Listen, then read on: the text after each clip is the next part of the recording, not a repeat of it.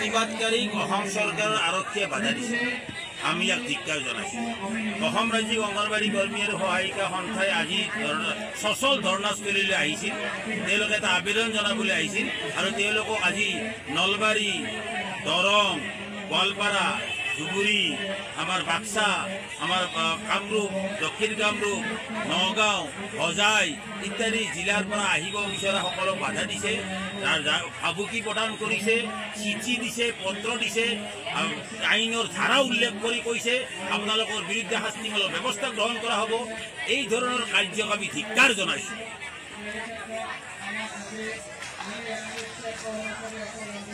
আমি আজি যোৱাকালিৰ পৰা আমাৰ এই যি কাৰ্যসূচী ধৰ্ণাস্থলীত আমি অনুষ্ঠিত কৰিছিলোঁ। এই কাৰ্যসূচীৰ কাৰণে অহাৰ কাৰণে আমাক যোৱা ৰাতিৰ পৰা অসমৰ পুলিচ প্ৰশাসনে এনেকুৱা ধৰণৰ আমাক মানে আৰম্ভ কৰিছে যে আমি কিমান যাম মানুহ, আমি ক'ৰ পৰা যাম, কেইখন গাড়ী যাব, আমাৰ কি ইউনিফৰ্ম আছে, এনেকুৱা ধৰণৰ কথা বতৰা কৈ ৰাতি 2টা বজালৈকে প্ৰশাসনে আমাক DSP, OC আমাক ফোন কৰি মানে হাৰাশাস্তি কৰিছে। লগতে আমাৰ বাক্সা জিলাৰ পৰা জালা, গোবৰধনা, বৰমা, ধমধমা সকলো ঠাইৰ পৰা আমাৰ মুছলপুৰ থানা এতিয়ালৈকে আমাৰ 10খন গাড়ী তাত ভৰাই ৰাখিছে, বৰবৰী থানাত ভৰাই ৰাখিছে, বাগানপাৰা, বৰমাত, জালাহত এই সকলো অঞ্চলতে আমাৰ বান্ধৱীসকলক প্ৰতিবাদ আমি সচলত অহাৰ কাৰণে আমি যি ওলাই আহিছিলোঁ আৰু এই সচলত আমি তেখেতসকলক কৈছোঁ যে আমি সচলত যাম। আমি সচলত যোৱাৰো আমাৰ অধিকাৰ নাই নেকি? আৰু যদি আছে এই অধিকাৰ, তেতিয়াহ'লে আপোনালোকে যদি বিশ্বাস নকৰে তেতিয়াহ'লে আমাক লৈ ব'লক, সচললৈ লৈ ব'লক, আমাক সচলত থৈ আহক। এই সকলোবিলাক তেখেতসকলক কোৱা হৈছে। তেখেতসকলে কৈছে যে আমি নোৱাৰোঁ, এইটো হৈছে মিনিষ্টাৰৰ অৰ্ডাৰ। এনেকুৱা ধৰণৰ তেখেতসকলৰ মুখৰ পৰা আমি কথা বতৰা গম পাইছোঁ। আৰু আজি আমাৰ বান্ধৱীসকলে প্ৰতিবাদ কৰিবলৈ অহা বান্ধৱীসকলে যি আমাক 1 অক্টোবৰৰ পৰা আমাৰ মাননীয় মুখ্যমন্ত্ৰী মহোদয়ে কৈছে যে 1 অক্টোবৰৰ পৰা আমাক দিব, কি দিব, এই কি বস্তুটো, কি প্ৰশ্নটো আমাক বাজেটত কি দিব, সেই প্ৰশ্নটো উত্তৰ বিচাৰি আজি আমি সচললৈ আহিছোঁ। আৰু সচললৈ অহাৰ ক্ষেত্ৰত আমাৰ বহু বান্ধৱী আজি বঞ্চিত হৈ আছে। তাৰ কাৰণে আমি এই কাৰ্যসূচীক আমি যথেষ্ট পৰিমাণে আমি ধিক্কাৰ জনাইছোঁ।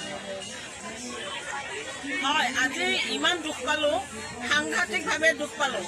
যোৱা বাজেটত আপোনালোকে সকলোৱে জানে, অসমৰ ৰাইজে জানে যে আঁচনিভুক্ত কৰ্মচাৰীসকলক চৰকাৰে মাননীয় হিমন্ত বিশ্ব শৰ্মাদেৱেও 26 জানুৱাৰীকে ধৰি কেইবাদিনো কৈছে যে অংগনবাড়ী, আশা আৰু ৰান্ধনীৰ দৰমহা বৃদ্ধি হ'ব। বহুত ভাল লাগিছে। আমিতো আচলতে দৰমহা নাপাওঁ, আমি মাননিহে পাওঁ। এই দৰমহা শব্দটো শুনাৰ কাৰণে মাননীয় মুখ্যমন্ত্ৰীৰ মুখত ফুল চন্দ্ৰ পৰিবলৈ মানে অনুৰোধ কৰিছোঁ ভগৱানৰ ওচৰত। যিয়ে নহওক, আজি আমি সচলত আহিব লগাৰ কাৰণ হ'ল আন্দোলন, বাজেট চলি আছে, অসমত বাজেট চলি আছে। মাননীয় বিত্তমন্ত্ৰীয়ে যি বাজেট পাঠ কৰিছে 10 তাৰিখে, সেই 10 তাৰিখে মানে ঘোষণা কৰিলে যে অংগনবাড়ীসকলক অক্টোবৰৰ 1 তাৰিখে মাননি বৃদ্ধি কৰিব। কিন্তু মাননি বাজেটত ধন আবণ্টনে কৰা নাই। মাননি কিমান বৃদ্ধি কৰিব সেইটো ঘোষণাও নাই। আমি উপায়ন্তৰ হৈ 11 তাৰিখে বিভাগীয় সঞ্চালকৰ ওচৰত গ'লোঁ। তেখেতে কৈছে দিবতো, আপোনালোকক দিব, আমাক দিব, কিন্তু কিমান দিব সেই উপায়ন্তৰ হৈ আমি মাননি বৃদ্ধি কিমান কৰিব এইটোৰ কাৰণে আজি সচলত আহিছিলোঁ। কিন্তু গোৱালপাৰা জিলাত একাংশ স্থানীয় পুলিচে বাছবিলাক ধৰিছে আৰু অংগনবাড়ী কৰ্মীবিলাকক আঁতৰাই লৈ গৈছে। বাছত ভাড়া দিছিলে। এইটো কি হিটলাৰী কাৰবাৰ চলিছে? এইটো কি হিটলাৰী কাৰবাৰ হয়নে নহয়? বাছ আনিছে, পইচাৰে আনিছিল, এতিয়া বাছবিলাক ঘূৰি ঘূৰি গ'ল। অসমৰ নিৰীহ এই তৃণমূল পৰ্যায়ত থকা মহিলা কৰ্মচাৰীসকলৰ ওপৰত হিটলাৰী কাৰবাৰৰ বাহিৰে অন্য একো নহয় বুলি আমি বিবেচনা কৰিছোঁ। আৰে বাবা, শাসন কৰক। আমিতো পুলিচ বন্দুক বাৰুদ লৈ অহা নাই।